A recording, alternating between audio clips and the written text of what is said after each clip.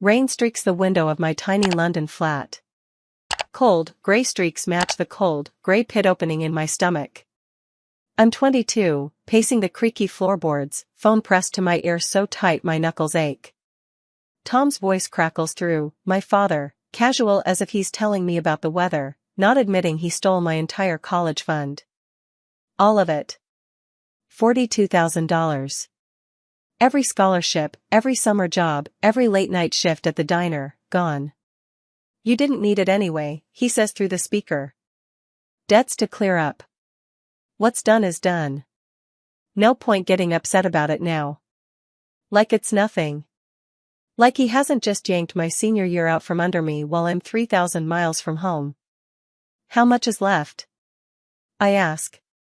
My voice stays steady, though my hands shake, trembling so hard I nearly drop the phone. None, sweetie, he says. None of it's left. Had some things to take care of, but don't worry. You're smart. You'll figure something out. Figure something out. Like I have a choice. Like he hasn't just torched 4 years of my life, scholarships I fought for, jobs I juggled with midterms, savings I scraped together since I was 16, all gone because he couldn't keep his hands off what wasn't his. I see, I say quietly. Well, good luck with that. That's my girl, he replies, mistaking my calm for surrender. Always practical, just like your old man. Listen, I've got to run. Meeting buddies for beers. We'll talk soon. And he hangs up. Meeting buddies for beers with my money. My future. My chance to finish this degree abroad in the city I've fallen in love with. I stand frozen, staring at the phone. Rain taps the glass like it's mocking me. 3 months left, that's all I've got. 3 months until I'm supposed to head back stateside, senior year dangling by a thread, and now nothing to pay for it because Tom, my own father, decided his debts mattered more than my dreams. I sit at my desk, small, scratched wood, overlooking the street I've walked 100 times. Cobblestones wet and shining under streetlights, London sprawling out there, alive and indifferent. And I'm here, alone with this. He stayed a cosigner on the account I opened at 16. Never thought to change it. Never thought he'd do this. Trusted him because he's dad, because he's supposed to have my back, not stab it. I can still hear his voice, so breezy, so smug. You'll figure something out. Like it's a game. Like he hasn't just left me stranded in a foreign country with no plan, no funds, no way to finish what I started. My hands stop shaking, curl into fists instead. Practical, he called me. Practical, like it's a compliment, not a lifeline I've clung to since I was a kid, figuring things out when he forgot my birthday, when he borrowed my babysitting cash and never paid it back, when he grinned and said I'd be fine. My phone buzzes again. A text from him. Don't tell your mom, he writes. No need to worry her or grandma either. Just keep it between us. Of course he doesn't want them to know. Doesn't want Ruth's sharp eyes or Karen's quiet questions digging into his mess. Doesn't want them to see what I'm seeing now, the man behind the grin, the one who takes and calls it family. I stare at the message, the rain, the street. My future slipping through my fingers like water. And something shifts. Not loud, not dramatic, just a spark. Practical, he said. Practical's what he'll get. I set the phone down. Screen dark, rain louder now. 3 months to salvage this. 3 months to turn his theft into something he can't touch. I don't yell, don't cry, just sit there, breathing, staring at the city I won't let him take from me. Not anymore. Not this time. The rain doesn't stop, drumming against the window as I sit at my desk, the phone still dark from Tom's text. Don't tell your mom. His words linger, a warning wrapped in cowardice, but they don't scare me, they ignite something. I turn on my laptop, the screen's glow cutting through the dimness of my London flat. If he thinks I'll just figure something out without a fight, he's forgotten who I am. I've got 3 months to save my senior year, and I'm not letting his theft be the end of it. My fingers hover over the keys, steady now, and I start digging, bank statements first, every record of that $42,000 I poured my life into. The account loads online, and there it is, empty. Transfers bleed across the screen, a trail of small withdrawals, $5,000 here, $7,000 there, clever enough to dodge instant flags but reckless enough to drain it all in a month. Scholarships from late-night essays, diner tips from sore feet, summers spent saving instead of sleeping, all funneled into his pockets. I print the statements, pages stacking up on my cluttered desk, each one a piece of proof. He didn't just take money, he took years of me proving I could do this, proving I was more than his fallback plan. The printer hums, and I hear footsteps, Lily, my roommate, shuffling in with a mug of tea. "Your dad did what?" she says, leaning over my shoulder as I spread the statements out.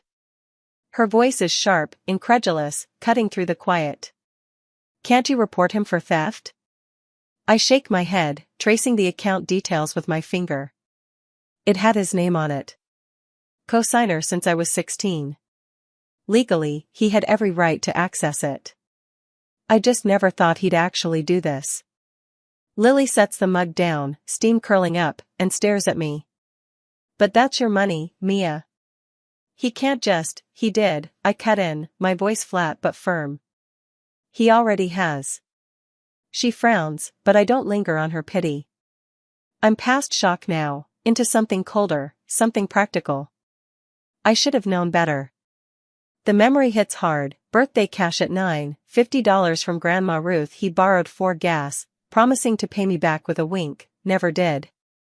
At 18, he pushed me to sign for extra student loans, grinning as he said he'd help repay them, then vanishing when the bills came. Always the same, taking what's mine, spinning it as no big deal. I trusted him because he's dad, because family's supposed to mean something. But trust doesn't stop a thief. My laptop pings, another text from him popping up on my phone. "Don't sweat it," he writes. "Maybe retail's better money than a degree. You worry too much."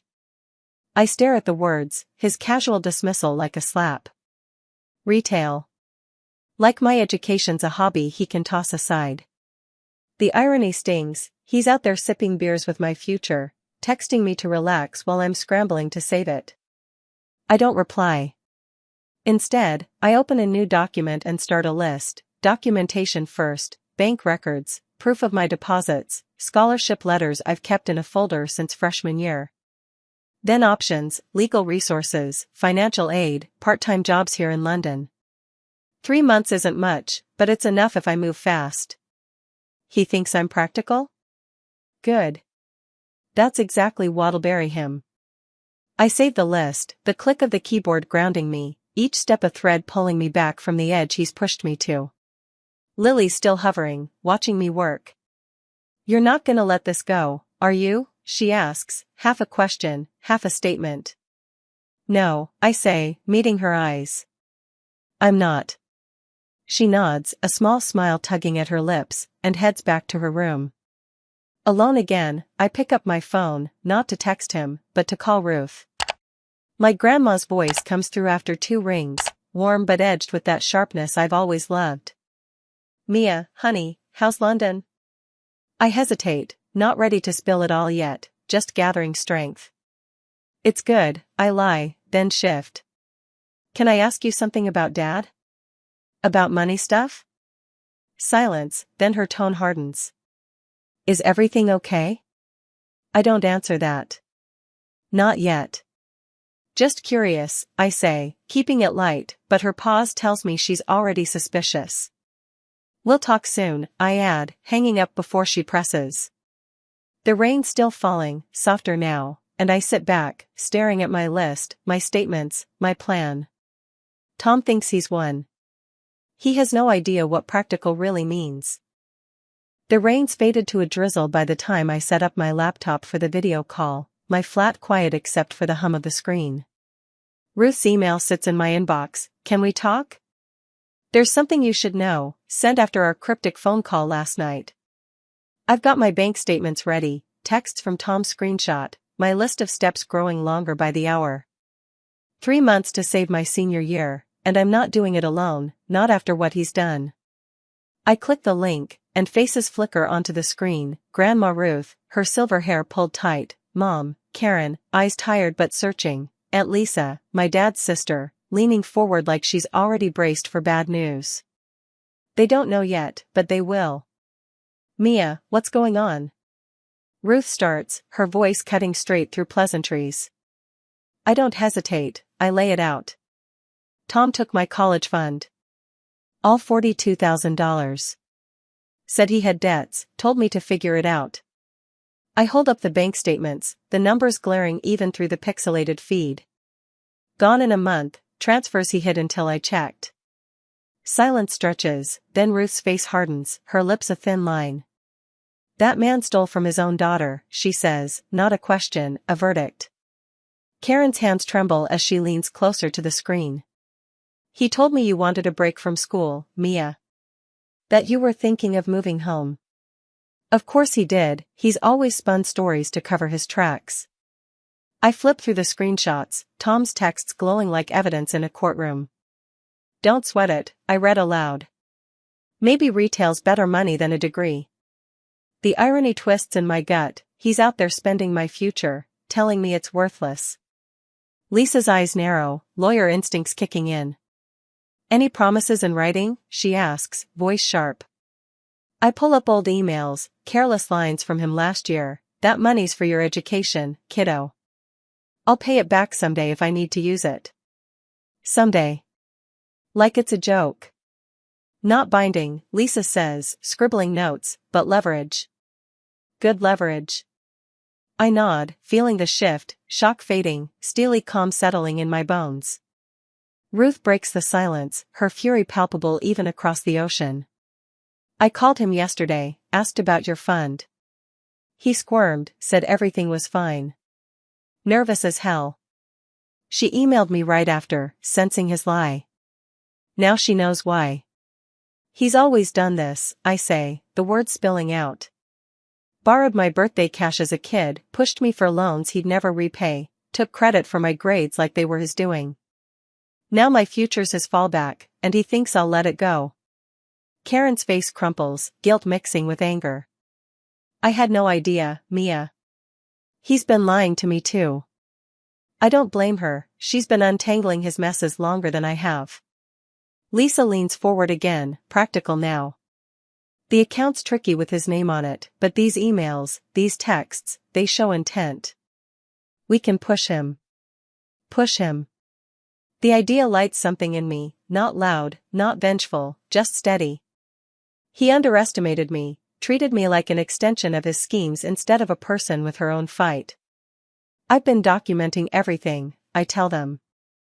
Every withdrawal, every message, every call. I'm not letting him walk away from this. Ruth's eyes gleam, fierce and proud. Good girl. He's gone too far this time. The call ends with a plan forming. Ruth will confront him first, let him know the family's watching. Lisa's drafting something legal, and Karen's quiet resolve hints at bigger moves. I close my laptop, the flat still again, but my phone buzzes before I can breathe. Tom's name flashes, another call. Hey, kiddo, he says when I pick up, his tone too light, too careful. Quick question. You wouldn't happen to have any other savings accounts, would you? Just wondering, since you're always so good with money. The casual entitlement in his voice makes my blood boil, but I keep mine even. Why do you ask? Oh, no reason, he says, a laugh forced into it. Just thinking about your future.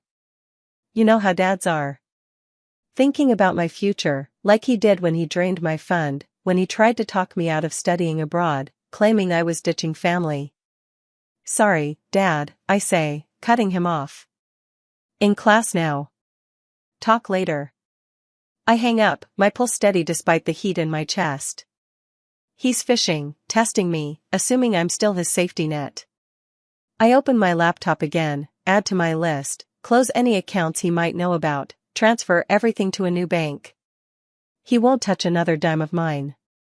That evening, Ruth's email pings through. Called your father today, she writes. Seemed nervous when I asked about your fund. Is everything okay? I smile, imagining his discomfort. He's always feared her, the one person who's ever held him accountable. Can we talk?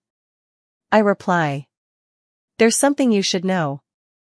Her response is instant, tomorrow. I'm ready. The drizzle stopped outside, London's streetlights flickering on. Tom's lies are unraveling, and I'm not just figuring something out, I'm taking it back.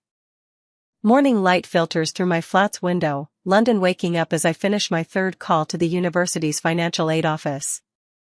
The advisor's voice was kind but firm. Emergency funding's possible, but I'll need a part-time job to cover the rest of my senior year.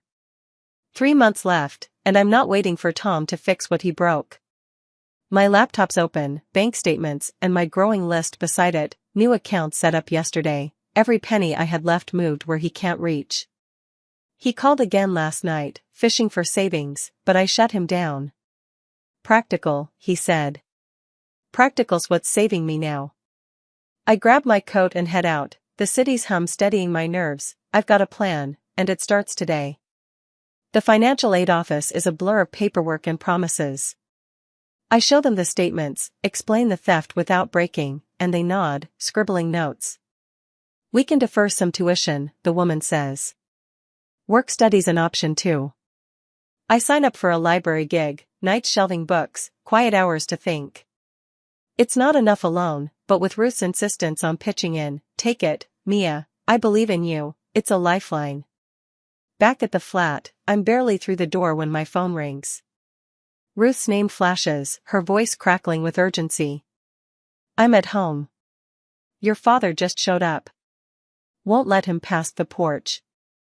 I can picture it, Ruth, 68 and fierce, standing in her doorway back in the States, Tom pacing the steps like a cornered dog. How dare you, she shouts, loud enough I hear it through the line, loud enough for neighbors to peek out. Stealing your daughter's college fund, have you no shame? His voice filters through, lower, pleading. Mother, please. This is a family matter. Exactly, she snaps back. And you've betrayed your family. Now leave before I call the police. He goes, but not quietly. My phone buzzes with his text minutes later. Your grandma's turned you against me. I don't flinch, just type back. About what, Dad? The fund you stole? Lisa's handling it now. His reply's instant, angrier. What's Lisa got to do with this? Everything, I say aloud to the empty flat, though he can't hear me. Aunt Lisa's demand letter hit his mailbox this morning, certified mail, no dodging it. She called me earlier, voice crisp with purpose. It's done, Mia.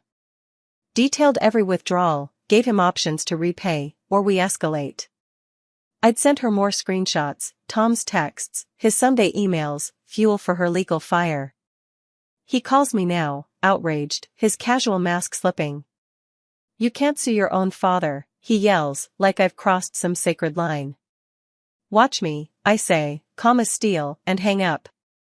He doesn't get it. Every call, every text is another nail, more evidence of his entitlement sinking him deeper. I save it all, my fingers steady on the keys. Karen's next move shakes the ground under him.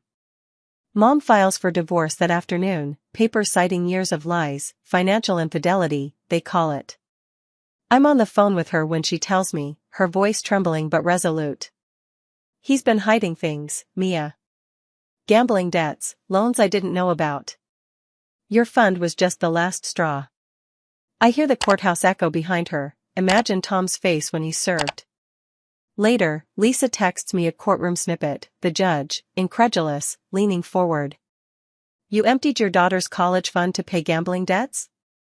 Tom's weak protest follows, I was going to pay it back. With what money? The judge fires back. According to these statements, you haven't held a steady job in 3 years. Karen sighs through the line. He's crumbling, Mia. Finally. Back in London, I'm shelving books that night when my phone buzzes again. Tom, desperate now. You're blowing this out of proportion, he texts. It was just money. Family's more important. Just money.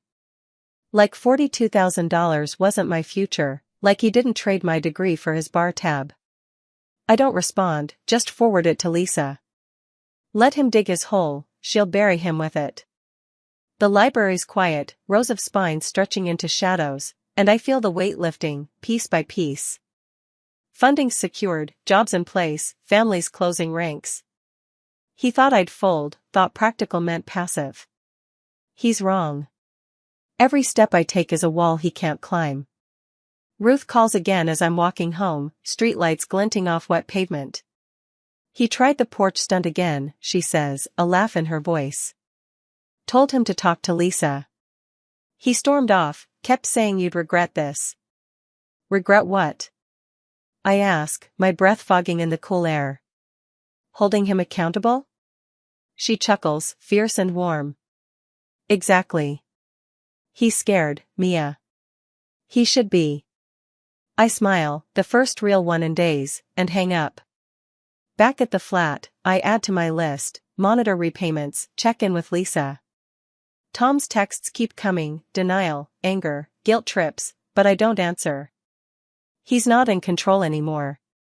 The next morning, Karen sends me the divorce filing, his gambling debts laid bare, my funds theft a centerpiece. He tried to spin it, she writes. Said you overreacted. Judge didn't buy it. I sit at my desk, statements spread out, and feel the shift complete. 3 months ago, he left me with nothing. Now I've got funding, a job, a family fighting with me. Practical's what he called me, thinking it'd keep me small. It's what's making me untouchable. Tom's hole's deep now, and I'm not pulling him out, I'm climbing higher.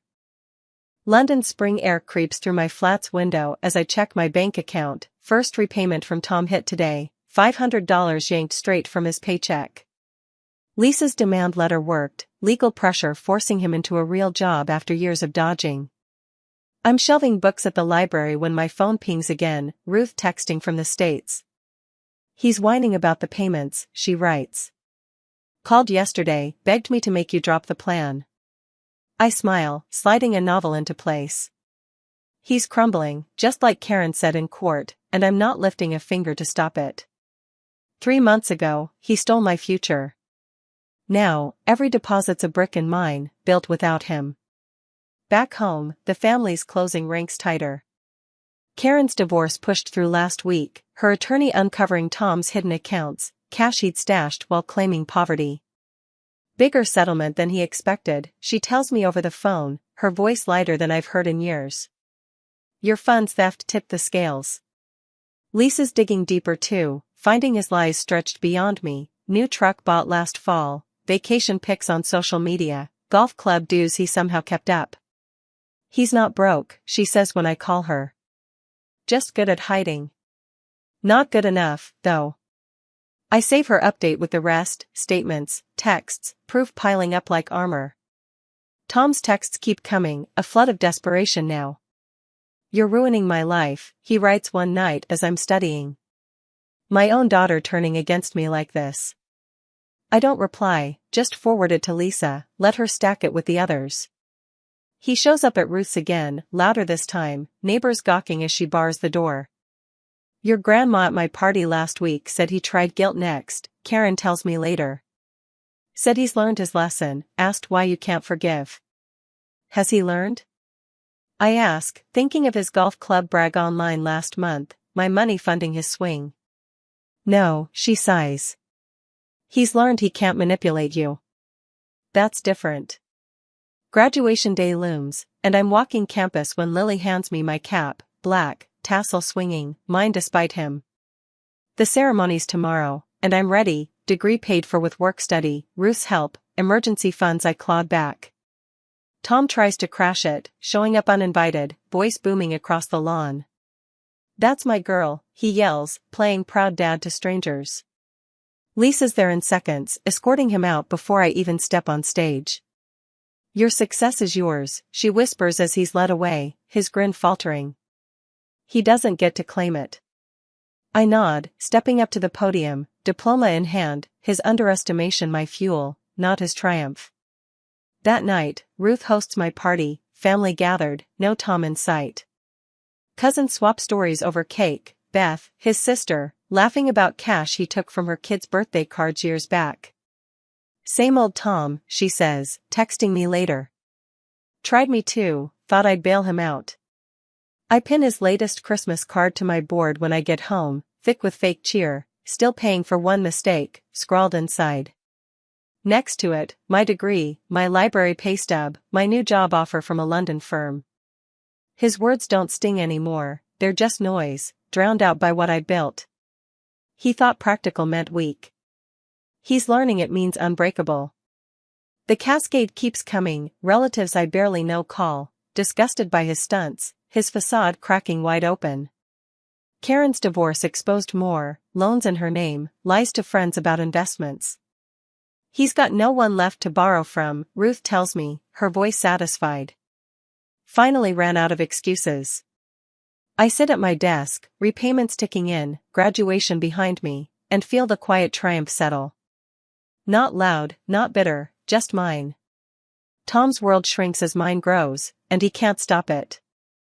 Practical's what he called me. Practical's what won. 2 years later, my London flat's still small, but it's mine, paid with my firm's salary, decorated with my taste, free of Tom's shadow. The final repayment lands today, $42,000 plus interest, forced from his paycheck by Lisa's plan. A note's attached, now can we be family again? I file it with the rest, statements, texts, his desperate bids, not for leverage now, but as a reminder of how far I've come. Ruth's visiting, her first trip abroad at 70, sipping tea across from me as Big Ben chimes outside. He called again, she says, smirking. Heard I'm here, asked if your flat's cramped. Offered to help with hotel costs. We laugh, the same old trick transparent as glass. My career's soaring, senior position at the firm, earned with the grit that got me through his theft. Last week's gala had me speaking, voice steady under chandeliers.